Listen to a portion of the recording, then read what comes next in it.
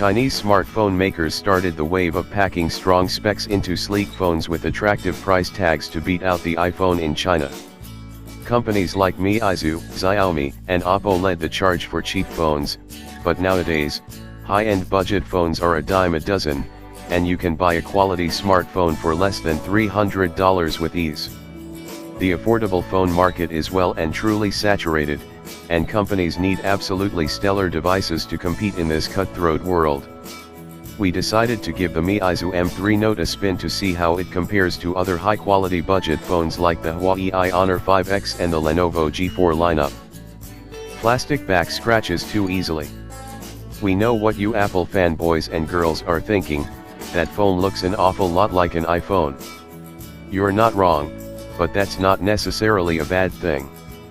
Sure, Meizu isn't going to score any points for originality in design, but it's still somewhat uncommon to come across a mid-range device that looks as great as the M3 Note. The phone isn't overly thin, but it has a nice premium feel to it, despite the fact that it's not made of metal. Although the M3 Note may look like it's made from aluminum in some pictures, it's actually plastic with a metallic finish. It's reminiscent of the LG G3's metallic-looking plastic backplate. Unfortunately, that plastic back scratches way too easily. I scarred the back of the M3 Note on the same day it arrived in the mail. The back got scratched when I simply slid the phone gently across a table. There really wasn't anything under the phone, although there must have been a speck of dirt or something, because it certainly made a scratch. You're going to want to buy a case to protect it from the inevitable scratches. Otherwise, the phone has a nice look and feel. On the front, you'll find the display, along with a multi-purpose home button that has a built-in fingerprint sensor, the speaker, front-facing camera, and ambience sensor.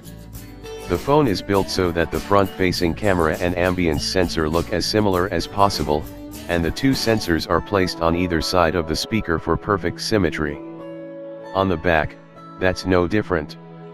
The camera is placed smack dab in the middle of the back, and the camera's flash lies directly under it. On the right side, you'll find the standard power button and volume rocker, and on the left, the SIM/micro SD card slot tray. That's right, the M3 Note is dual SIM, however if you use a micro SD card, you're going to have to sacrifice that second SIM spot. The back is also home to the same antenna band layout as the iPhone that crosses along the back and sides of the device. On the bottom, there's a micro USB port with a speaker grill on one side and microphone on the other. The headphone jack sits at the top of the phone. It's not terribly original, but the design is still attractive. Sadly, the scratchable plastic back drags it down, especially